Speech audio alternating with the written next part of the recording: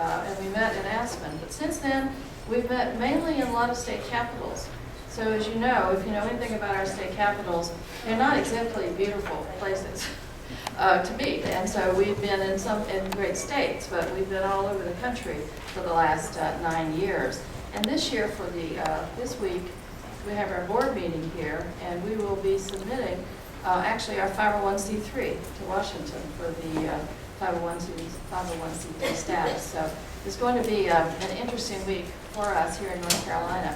We have a number of board members here. Our past president is Galen Updike from Arizona, and he's with us here.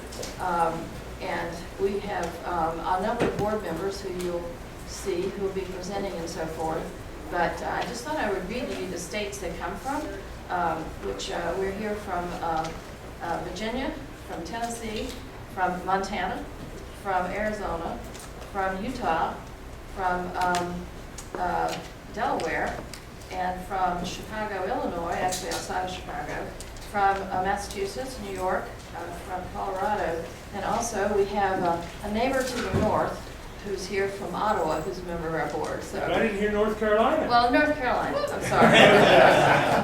Oh, darn, I got you started. Yeah, you caught me, so in North Carolina. But we've had other members who've represented other states across the country as well, who've rotated on and off, and we have a board of 12, and we rotate folks. And we come from businesses, from past government people, some current government, and also those were small businesses, and almost all of us were sometime born in rural America. So we feel very strongly that without us taking care of rural America, that we will not have an America that's competitive in this century or the next, and that getting the highest speed broadband possible is very critical for us. This last 3 years with the Obama stimulus, we had a kick in rural America, a kickstart that really helped us. And that was the initiative of the NTIA and also some of the RUS, the Rural Utility Service, to assist us with grants across rural America. And in that process, perhaps the best thing we did was we were able to get a really bright young woman who we call from North Carolina a native. That means you have to really be special.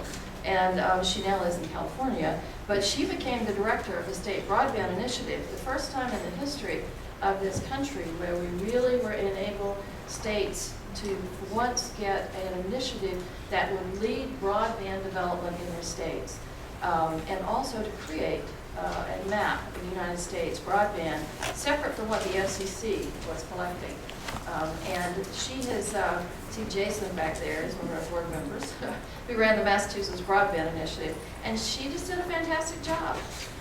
All of us were astounded at the time she put into it, the initiative, the intellect, the passion that she had for this particular effort that we were trying to get all of America to have a map of their state, to be able to get initiatives in their state that would enable folks to learn about digital technology and to get connected with reasonable rates. And so Anne is kicking this off for us, and she's like a lot of you. Most folks at NTIA, some are going to migrate on to other positions. So we hope to stay in touch with Anne, and whatever she decides to do, whatever she does, that we'll be lucky to have her. So Anne, yours. Thanks, Jane. All right, good afternoon, everyone. Thanks for having us here today. So in kicking off, I think I see a lot of familiar faces around the room. I think a lot of you know about the state broadband initiatives and what took place over the last 5 years. And when Jane and I talked a little bit about this session, we really talked about maybe one of the ways to look forward is to first look back. And one of the reasons for that is because we want to make sure that we're looking at the continuum of activity that's happened over the last several decades, because there has been, this was a huge bright spot with all of the organizing and funding and collaboration that happened over the last few years.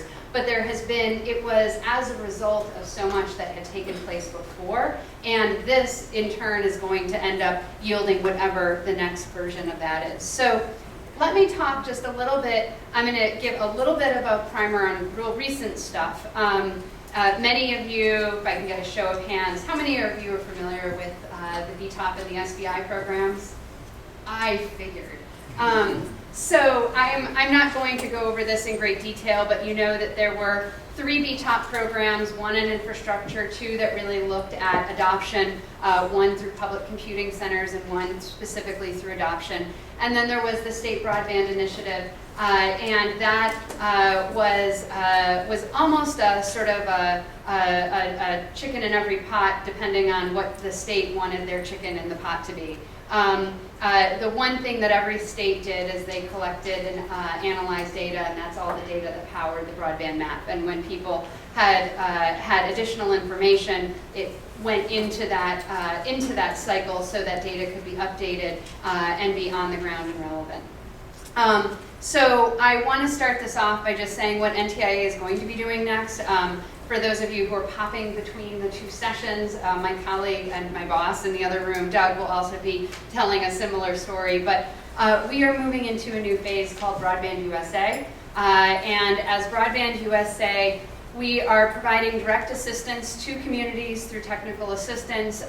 We are developing products. All of you have the first thing we have published under Broadband USA, which is an introduction to public-private partnerships that came out just a few months ago. And right now we've got over a dozen products in the pipeline that we're getting out. A lot of those are based on lessons learned from communities and states over the last 5 years. Some of them are new research that we're taking under to be able to get more information out into the field. And we're also doing a lot of stakeholder work in terms of bringing people together, but also working with our other fellow agencies in Washington to try to continue raising the broadband flag. So just as a sort of continuum, if you are working with a community or if you are a community in terms of where we're going to try to be helping folks, is really from that very beginning of that question, we think we might need some assistance on broadband, but we're not sure what it is, all the way up to we are in implementation and we've hit a problem area. And so we have a small team, but we're working really hard to try to give direct assistance to communities that need it, and to try to also, if we can get them in touch with other communities that have had similar issues or challenges that they've overcome, getting people in touch, because we know that a lot of times the best solutions are going to come from other people who've just been through that same experience. So those are some of the tools that I already mentioned, and you can download it, but you also have the physical copy in case you want paper. So if we go back a little, that question of how did we get here? And I made this exciting slide with just these issues around issue, organizing, action, policy, and funding. I don't necessarily think they go in that cycle all of the time, but all of those feed into each other. And this here is really around technology access and training as a sort of broad umbrella. And so I'm talking here about infrastructure. I'm also talking here about digital inclusion. So one of the first things I wanted to start with was making sure that we thought about where we are in context. And in context, that means that we are actually, this NTIA, BTOP, and SBI grants, 10 to 15, that's that piece right there. All of these are other programs that came before, and these are just the ones that are specifically tied to technology. So some people may have wondered, where did the term BTOP come from, the name, Broadband Technology Opportunities Program? Well, there was a program from 94 to 04 called the Technology Opportunities Program. And that started as an administration initiative, and they got authorization for it. And nearly every year of its existence, Congress tried to zero it out, and it was communities and organizations who saw it as a value who continued advocating to Congress to keep that funding alive for that program. So there was the HUD Neighborhood Networks program that put community technology centers, also known as public computing centers, into HUD properties across the country. Obviously, the FCC E-rate program. The Department of Ed had grants to create community technology centers from 99 to 04. Obviously, the USDA, I put an arrow going backwards because even back in 1995, USDA at that point changed their regs to say that any infrastructure that was put in with USDA money had to be broadband capable. So there are all of these things that have happened, and then I also, under the VTOP and SBI, we had the FCC Connect America Fund.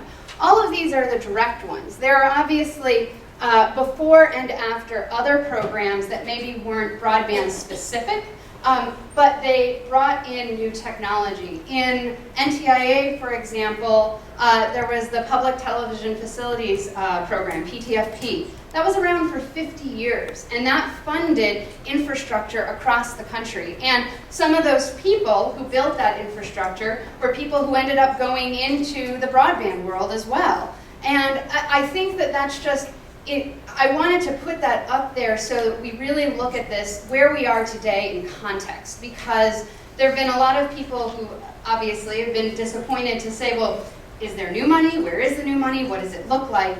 And it's to say that there has been this flow, and it's come from different agencies, and I'm obviously only here talking about federal funding. There's lots of private funding, there's been lots of state funding, there's been lots of philanthropic funding.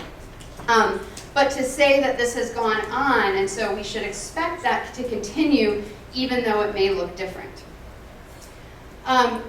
Second piece I wanted to just talk about in the continuum is this idea of historical issue areas. So one of the things is that we talk about, say someone says broadband infrastructure or says digital inclusion. Well, these are fairly new terms in terms of when we're talking about the policy side of things. But if we start back in 1980, that's when the first Community Technology Center was created. Terms like community informatics. There was the Association for Community Networking that was, some of you were probably involved in, and was looking at community networking before we were saying the community networks like we've been talking about today and that the chairman talked about earlier. Obviously, many of you were involved in the Muni Wi-Fi movement, which had its ups and had its downs. And so I put those in. I also, at the bottom, I added open data and open gov, and I'm going to mention that a little bit later. This is an area where I also think it's important to make sure that as there are new issues emerging, that when those folks maybe didn't come from this arena, that they're still thinking about those issues. That open data and open gov can't happen unless you have adequate broadband infrastructure. And they can't happen unless people actually know how to use the technology that's there. And so all of these are combined in a lot of ways. So I didn't intend originally to do a lot of timelines, but it started and it kept going. So hopefully you will like it. I want to say that I am quite sure a couple of you are going to look at this and think that I missed something critical. Please email me and tell me what it is, or when we get to Q&A, tell me what you think. Because I think this is something we can add to. But I wanted to start with 1980. I started with Playing to Win. 1981, that is when the first public library in the United States began offering free internet access. They had a dial-up connection and they let public users come in to the library to use it. In 1986 was the first community network, Cleveland Freenet. For those of you who may remember, the Freenets are really the precursors in a lot of ways. They are, actually not in a lot of ways, they are the precursors to the community networks of today. In 1989, Santa Monica, it was called the Public Electronic Network, PEN, and they put public records up online for members of the community to access through that network. 1991, Blacksburg Electronic Village, where they not only had a network, but they actually, in order to make that network happen, built infrastructure as well. In 1994, we had the TOP grants. And then I put something underneath it because I think people forget about some of this funding as well. But it's been raised again with the Comcast-Time Warner merger perspective, which is in Ohio, there was a regulatory proceeding and a bunch of community groups intervened. And they said that they thought it was very important that when you looked at public benefits, you looked at how this was going to impact lower income communities who may not be able to access the technology. And they got $2.2 million to open 14 CTCs in Ohio. This was, you'll see, this is a strategy that was in a number of states, community organizations used in a number of states. And I say community organizations and local governments who were involved in this work. In 1995, who remembers the Falling Through the Net report? The Falling Through the Net report, now we get something from Pew or we get the NTIA report. The Pew report comes out as a headline every couple of weeks. The Pew series for Internet and the American Life started in 2000. Back in 1995 is the first big government publication that came out and said there's something called a digital divide. And there it was talking about people who were, that was the term, the haves and the have-nots. And that started bringing a lot of the policy debate to the fore. I think that at that point, a lot of the discussion was around people adopting the technology as opposed to where it was, because the where at that point was all dial-up. 96, 97, 98 to 99, you see more mergers and community benefit agreements. I also want to point out that the city of Seattle created a community technology office in 1997, and that office is still exists today. And it's a useful point because the person who runs that office has been there since then, David Keyes. And I think it's part of that historical knowledge piece that he can tell you everything that's been going on in that city, in that community, since the program started. So I think I wanted to talk a little bit about a couple themes. So influences, there are a number of influences in this movement. Media access, cable access, something often I think I've overlooked is the state high-speed education networks. So there are a number of state high-speed education networks that receive funding from VTOP. But those networks have often been very influential in really raising the game on showing people at a state level what broadband could do through the research community, right? What the next generation was going to be able to do. And in some states, it expanded. It was not just universities. It was K through 12. It was libraries. But that, I think, is part of that influence and that center and those centers of leadership. And I did also add in social justice organizations because I'm talking not just about infrastructure, but also about adoption. And these organizations were often thinking early about whether or not their constituents were getting online, whether there was availability, and also whether they could use it. And I think then the leadership goes down to the different kinds of levers. And certainly, not all of these groups were always organized together because often people may have had a similar goal, but they may not have had the same way that they wanted to get there. But you see from the types of organizations, institutional support to a community, which you saw a lot of the high-speed networks doing and discussing, authoritative research and policy proposals, which is really important in being able to get an issue up to the fore and people saying this is important, is other people who are important saying this is an important issue to the people who think that they're important in your community. And then lastly, this sort of community organizing political pressure, people saying, yes, this is really important, we need more. And you see that manifested in many different ways today, whether we're talking about a public-private partnership, and it's people going out and doing demand aggregation and saying, if XYZ provider comes to our community, will you sign up? Or it's on the other side, it can be an and as well, of saying, hey, if XYZ provider doesn't think that there's a business case here, what else can we do? Can we raise funds? Can we do XYZ? But that continues to be a critical issue. So from 2000 to 2014, you can see this gets bigger and bigger, and I will not go over all of them. But I just want to note a couple of things. In 2000, North Carolina created the first state authority, the ENC authority, through legislation. Illinois that same year created the Eliminate the Digital Divide law, which provided funding to support community technology efforts on the ground. Maryland had a task force for rural broadband in 2003. I mean, and I wanted to really put some of these in here because I think sometimes we forget that these task forces didn't start just 2 years ago or 3 years ago. In a lot of states, this organizing started much, much earlier. Bristol, Virginia created a municipal network back in 2003.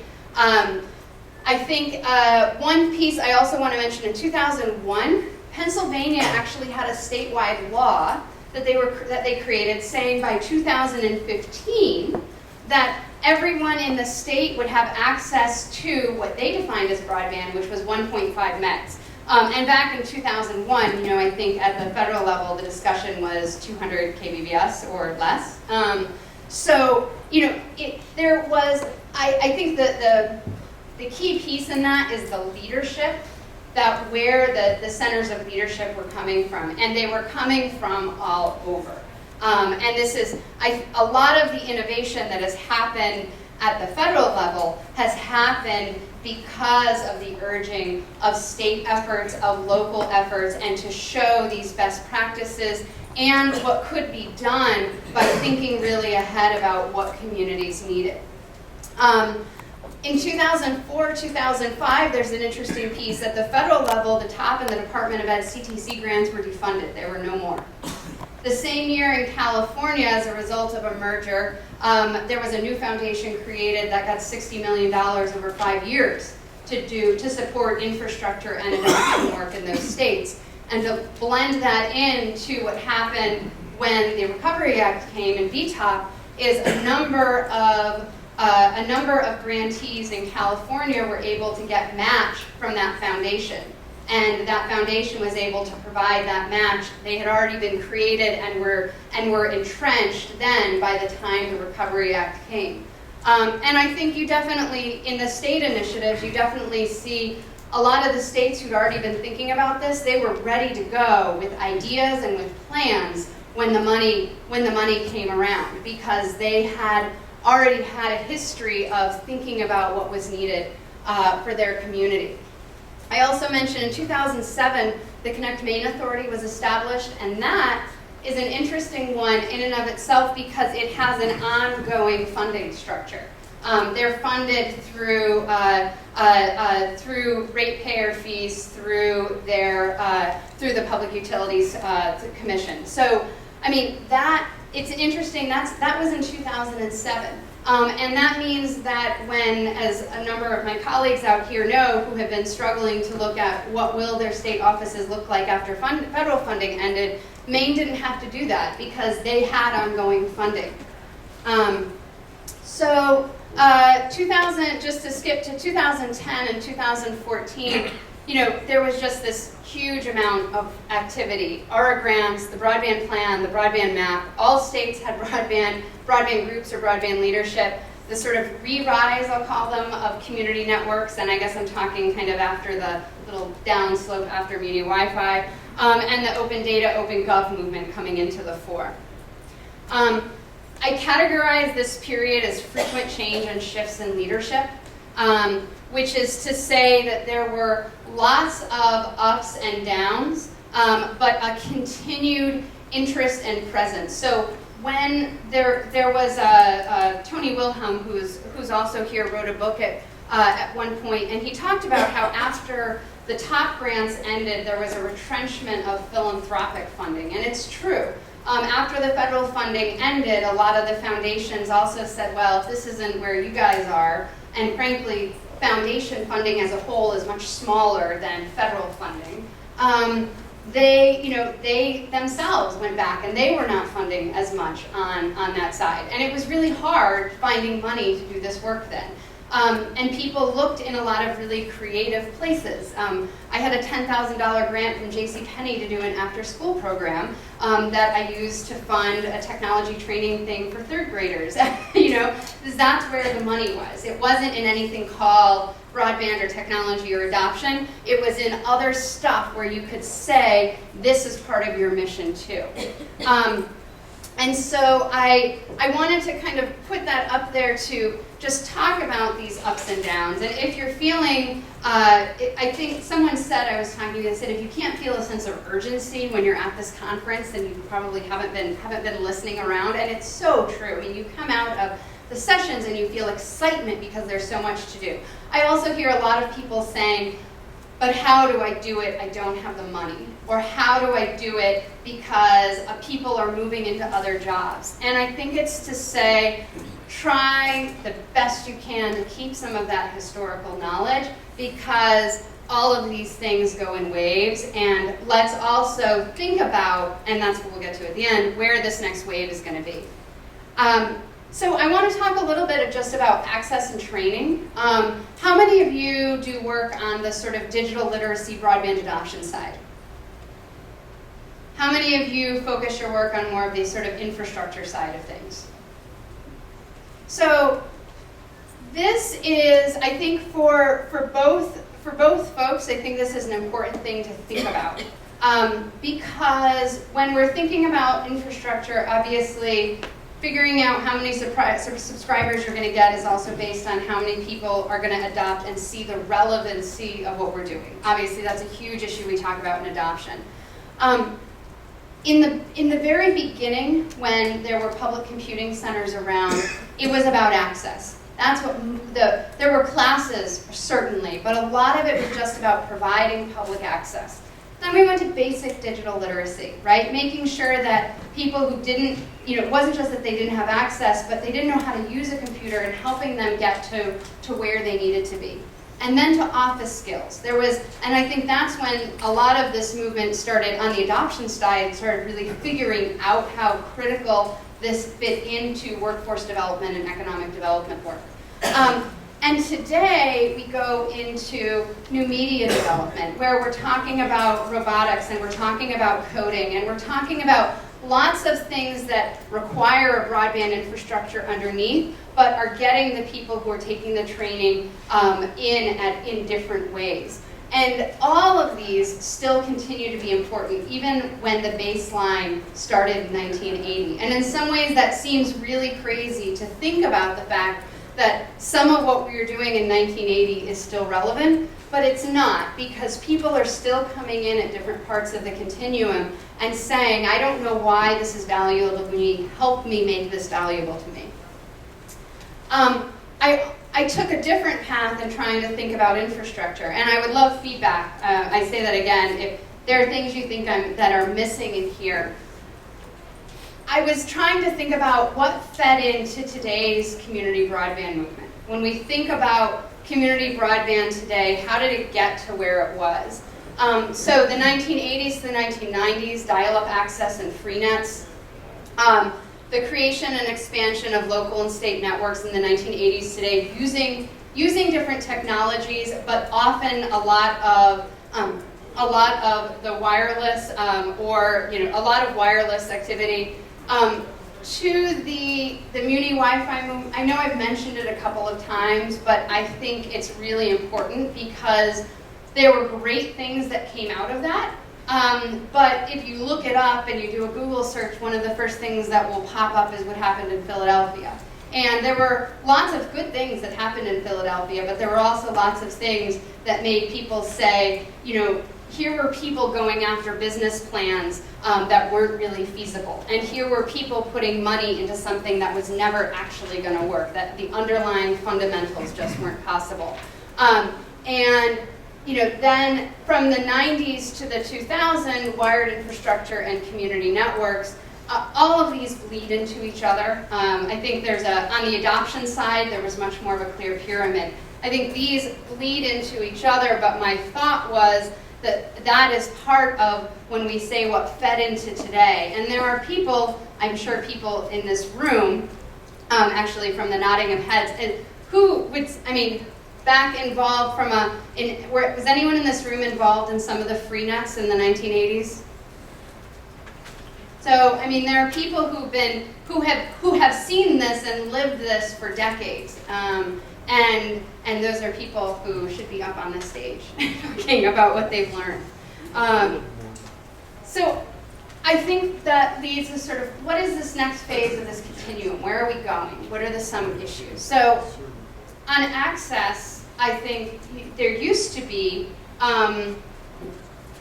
we talked a lot about institutional deployment at a big, when we were talking about let's get fiber to every school and to every library. There were a lot of places where we said, it doesn't matter if every single home has broadband. It just matters that there's a community center that people can go to. And obviously, if you said that today, right, people say, no, let's make sure that people can access technology, whether we're talking about fiber or we're talking about wireless, that people can access technology from wherever they are. On the adoption side, there are PCCs and CTCs, public computing centers, technology centers that look very similar to what they did back in, maybe 5-10 years ago. There are also maker spaces and fab labs where you have people learning 3D printing, where you have libraries who are working with their local entrepreneurial community to help, particularly when we say the mom and pop business, the 1 or 2 person business who's trying to start building a prototype with a 3D printer. All of these things now are what a modern community technology or public computing center really looks like. On the training side, I mentioned, there's still a lot of basic digital literacy. There's also coding and robotics and online media. There's this idea of content creation. On the issues, we still struggle with the same issues of speed, quality, and price that we have for a long time. And the question about what will the market bear? What can communities afford? Questions of should everyone in a community be able to have access to the same service? For rural communities, this question of the city center has it. How can we make the business case for outside the city center? If we can't, do we need to subsidize it? What's the role of the community in that? Content availability and diversity of content. Who is making content, who is producing it, and who is consuming it. I add again open data and open gov and civic technology because there is so much around that right now. You can't open a lot of not necessarily the telecom trade press, but the broader sort of technology trade press without hearing about civic tech and what's happening and who made the cool app to show when the buses were going to show up. And if this isn't about what we're about as well, then we're missing something. And if the folks who are doing that don't see how important the underlying broadband infrastructure is and that people know how to use it, then we're missing something. And then the other piece is privacy, which is an ongoing issue, but a question as people are starting to get into this era of ubiquity. And obviously the Internet of Things and everything else that goes along with that. This is, the other issues are what are local, state, federal, philanthropic funding going to look like. And this all obviously goes along private sector investment. The only reason I'm not focusing on it is because I'm supposed to be talking about sort of the state initiative. So I kept this kind of on the government side. It's not in any way to say that I don't recognize or see all of the incredibly important investment and innovation that's happening, but I'm focusing this on this other side, and that's why it's not mentioned here. So that leads us to looking at the past and looking at the future. So community access came first, and then the demand for broadband in every home. What comes after that? If we're thinking about the Internet of Things, what does that ubiquity look like? Is everyone going to a Nest model for energy efficiency?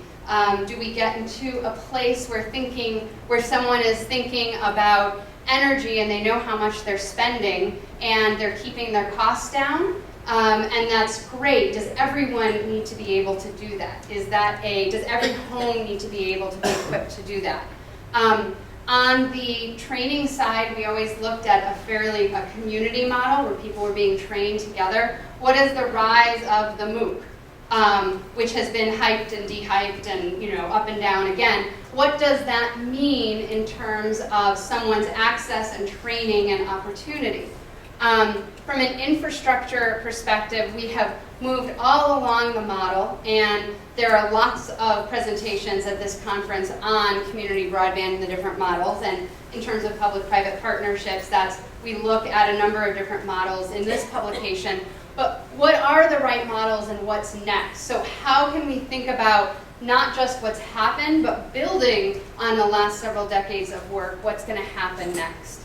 And so that's really what this last slide is about, is both thinking about the past and what that means to us going forward, thinking about newer organizations working in this space and what their needs are, and whether these are flash in the pan or whether these are sustainable issues that are coming to the fore. I mean, it was interesting to me to be with folks from New York City who were saying that the amount of data, of open data that they were trying to move along things like basically traffic signals, they were getting blocked in different parts of the city because New York City didn't have infrastructure that they could actually, that was big enough to carry all of the data that was coming through. And of course, that cycles back to some of the privacy questions. And then I think the last piece is really thinking about communicating the need in a language that whoever is either on the front page of the magazine and getting a lot of funding, or is a funder themselves, communicating in a need that resonates. Today, it's not strange at all that we talk about broadband and economic development. There is an entire track at this conference on broadband and economic development. In 2007, when we were talking about broadband and economic development, I was working for the state of California at the time, and people looked at me like I was insane. Like, why does broadband have to do with economic development? I really don't see it. Do you have any studies that you can show me that prove broadband is really integral to economic development? And so I think I share that because it's one of those, now we take it for granted, but we take it for granted because we have been hammering that message for the last number of years. And there has been research that's been done that's shown what the impact can be. And so I think that's this critical thing to continue thinking about, is what are the messages that resonate and can help continue moving this forward so that people are able to continue organizing around it, particularly in rural areas that are less well served traditionally and continue to be. And how do you get the community together and think about it in a way that is going to resonate and people are going to want to put the time in to do work with it. And that is the end of my presentation. I would love to have a discussion or for anyone to throw things at me or anything else that you would like to do. Galen. In 1989, the Universal Service Fund was created in many states, and so you kind of left that out for your presentation. That was more a telecom or a phone system, but it certainly had implications because that's what was used to help fund in 1996 E-rate. This is the beginning of the timeline before I got it onto the article. So anyway, just to Thanks, Galen. bring that to your mind, it was a big movement. Many of the states have their own Universal Service Fund, and I don't know, I'd like to ask a question right now. How many states are now using their indigenous universal service funds, as typically with their public utility corporations? How many of them are using it for broadband? Are any? California, the Advanced Service Fund. Colorado. Who else? Utah. I would say our Universal Service Fund, it funds telephone service, but what it's done is it's allowed those businesses to be profitable, and they've invested in broadband. They're not directly paying for broadband, but it's helped push that forward. Is there a requirement? I know in some states it was an issue because people said it was cross-subsidization. Was there something preventing that there, or did Utah actively encourage it? We're actually talking about it. I think that's an upcoming conversation probably in our state. They haven't, in some cases, I know one case where a provider said, can we provide traditional telephone over fiber line and have like an E phone? And that was approved, but it's an ongoing conversation. But I wouldn't say that we fund broadband, but I would say that those companies have invested in broadband and that they've been able to be profitable using the USF. Good question, again. Anyone else have questions or comments? Fairly recently, the FCC's program under USF for the Healthcare Connect Fund has introduced a new line of continuing fairly high percentage subsidies for nonprofit public healthcare providers. So that's already pretty good size and getting bigger. 400 million a year. It's around 400 billion. Say again? Isn't it around 400 million a year? The capital is 400 million a year, right? And that's how many states now, those are for the telehealth networks, right? Yeah. How many states, do you know how many states that is right now? The pilot phase had almost all states with the pilot program operating things, and as I look at it, there is a lot of activity in virtually all the states, unlike the past where it was sort of like the Alaska subsidy fund, and everybody else was sort of a tiny component that was trying to be spread out. David, I think there were 69 grants in 48 states on the first one. Yeah, that's about right. Any other, the funding, I think, piece is are there big funding pieces that should be in the timeline or that other people should know about? Well, you carefully didn't mention anything about FirstNet. And that is looked to by many of us as being some type of at least a wedge, because FirstNet is coming to realize that they will never be able to do anything without utilizing especially rural infrastructure to do what they need to do. Now, there's some big confusion, and I know it's a wireless environment completely, but for every wireless tower, you have to have backhaul somehow back to whatever you're going to. And so there's a real issue that we need to worry about there, and I know NTIA has at least its hand in FirstNet somehow. It is. So FirstNet is an independent authority within NTIA, which if that confuses you, it confused me when I first heard it. But it does mean that FirstNet is an independent authority. So that means that unlike, say, the State Broadband Initiative, which was a program of NTIA, but how many of you are actively involved in this like P grant in your state or in the First Network? I was before I retired, but we were all, there was a lot of crossover. How many, just in Raise case your other hands people again. might be interested in talking with each other after, if you're involved. I mean, I think I see a lot of, I know there are a number of the state broadband coordinators whose either as an office they were working with FirstNet, or as funding has run out, have been now moving over to work with FirstNet. And I suspect that connection may be stronger now that the data call has come out on exactly what kind of data to be collected, since there's such a strong data collection component to so many of the state offices.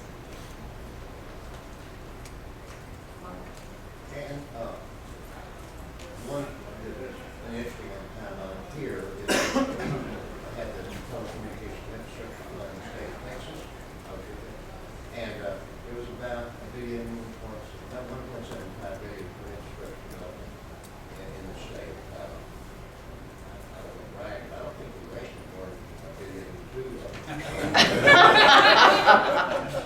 Hey, when did that start? It was in there, it was around 2000, wasn't it? Yeah, because I went down and worked with their foundation. And I think one thing, how did that start? Did that start from people outside government advocating for it to come? It was So probably. ironically, it started as a rural and underserved nation by the then Speaker of the House, and it was funded by an assessment, much like USF. It was funded by an assessment. buildings there. And that generated revenue, which was indirectly through grant series. The goal being to provide infrastructure, at least key broadband infrastructure. We didn't use broadband quite so fluidly then, but that's what we wanted, to schools and libraries. Mhm. And then, as things do, then there was a political change in the leadership in the legislature. And it's kind of funny, although the program went away, the consumer levy managed to survive. Other programs or things? Oh, Mark was there, sorry. Mark and then. Couple random thoughts. First, North Carolina is having their state consultation with FirstNet with the single point of contact or spot. Right at their meeting, it's Thursday of next week. So I'm getting ready for that. North Carolina FirstNet folks, state FirstNet folks, have gone through a number of workshops around the state. I think they had 4. And they gathered information, and that will all surface at this meeting with the Washington FirstNet people this coming Thursday. So relative to your slides, you had the Pennsylvania Chapter 30 Act 183 as it changed from the one to the other in subsequent legislative sessions, but there was a series of deals cut between the providers, primarily the telephone companies, and the public service commissions for regulatory relief and the ability to deregulate in exchange for promising broadband deployment through different timeframes. And the one that's coming to mind, because I think it received the most publicity of late, is the, I think it was called Advantage New Jersey, where Bell Atlantic had promised to put their network in place across the entire state, and they got all kinds of rate relief for it. But then as time went on, the network never really quite got built up the way it was supposed to. And I'm not throwing darts at them, I'm just saying. And then what they're doing now, which is also what they're doing in Pennsylvania, is they're claiming that they never stipulated how they would do it. And if they put a wireless deployment in place that provides the bandwidth that is required in the legislation, when the legislation passed, which was a long time ago, so the speeds were somewhat lower, they can now meet that mandate by doing a wireless option. So, that's another thing that's out there. Another random thought I have is on the access side of things, as we go down the road, the broadband map and a lot of what the FCC does, they always talk in terms of percentage of population that has broadband and percentage that doesn't. And the percentage that doesn't is always a very small percentage, but if you look, it could be a very large geographic area in any given county, state, or region. And if you happen to be one of those folks who live in those areas that don't have it, even though you're just maybe 1% of the population that's not served, it's really an impediment to your ability to do all the things that are necessary without having the broadband. Hey, if I can just introduce you for a second. For folks who don't know, this is Mark DeFalco, who is with the Appalachian Regional Commission. Just you're here first in the round. Jason was back. And then Jason. How are you? I'm great. How are you, Jason? Good. What's going on? I have a quick question. Actually, you kind of stepped on it a little bit out. With the move to 25 megabits, is there a new set of numbers as to what the unserved? So that's a great question. I should have anticipated. We did.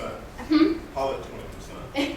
We did in the latest blog post, we did a percentage. We did the numbers based on 25 down and 3 up, and I think it was about 87%, 85, somewhere. 83 to 87. I have to go to the blog post. I just don't remember off the top of my head. And that is, I think to Mark's point and the point you were going to make, one of those challenges is that's a pretty big number with access.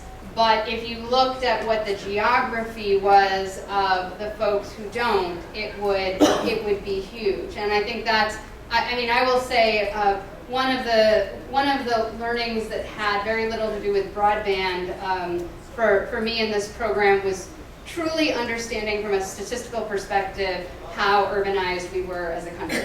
One of the papers we put out a couple of years ago, we split, we used our broadband availability data and we split the country, we split it basically into 5 segments from most urban to most rural. And it was, you really, where you finally saw in the last ex-urban and very rural was where you would just see these huge sort of pieces coming up. We've also done some analysis of the school subscription data that we have, and there too we cut rural into getting 5 miles from a city center, 25 and that's when you really just start seeing this slope that's very, very steep. Galen? Where we're headed right now is probably, especially since we're a rural group here, I've had a number of conversations today. The most striking one said, I could do fiber to everywhere in this particular area in 6 months, except that I have to deal with, and now you have the alphabet soup of the various federal agencies.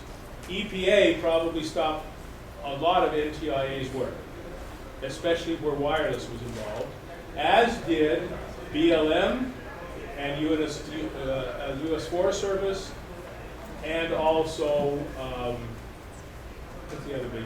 EPA, US Forest Service, Fish and Wildlife? BLM, and one other large group. But those, if we could rein them in and provide special emergency status, as what's happening now with FirstNet, from what I'm hearing, national defense, etc., we would help solve our rural issues. It takes 5 years to do certain things in getting a fiber route plotted over a 400-mile or 500-mile route in Arizona or Nevada.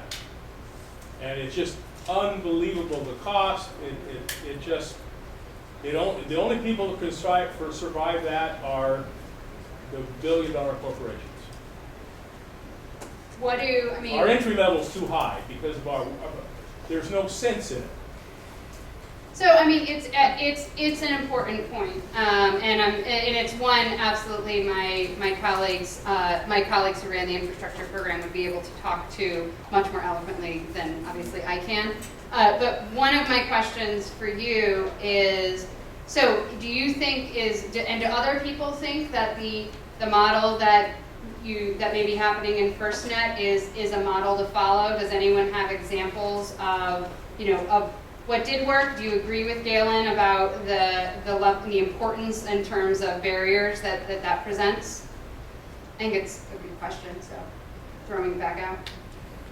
People east of the Mississippi don't understand the amount of federal land that's west of the Mississippi. It's the problem. Although I would say we have lots of federal land in North Carolina, and the mountains and the oceans. But it took us 2,700 miles across the state on middle mile to go through in less than 3 years. I mean, because Jane, you were there, and you had No, a tremendous number of cohorts there that there were were, trained. yeah. So one of your Western counterpoints, Kelly has her hand up. Yeah, I agree. The federal issue is a huge issue. Getting access, just the time frames for permitting. And one of the things that we've heard back from the BLM is that it can even be just a function of the staffing that they have. They have several field offices in Utah that are spending a ton of time working on oil and gas permits, working on other things, and broadband behind some of those energy needs gets pushed, I think, on the back burner. So I think working with the federal agencies is crucial, especially on a national level, because we're working with the state, but unless like nationally they're hearing, and we have the executive order that still really hasn't been realized with the federal agencies, and I think pushing that conversation would be helpful for women. That's good. I mean, it's good feedback, and it's good feedback generally, and also good feedback in terms when we think about what we can do with Broadband USA and our role, which is, we don't have grants to give out, but we have the ability to be able to talk with other agencies and to push levers internally, and things like the Broadband Opportunity Council and things like that. So thank you. And obviously, you guys know me and I know you, so I'll be coming for examples. Thanks. Thank you, guys. Thanks a lot, Ann. I think you can see why we were able to get 50 states with state broadband coordinators and to get the maps done in the length of time that we did, that you could understand. And it was because of Ann. Let's give her another big hand.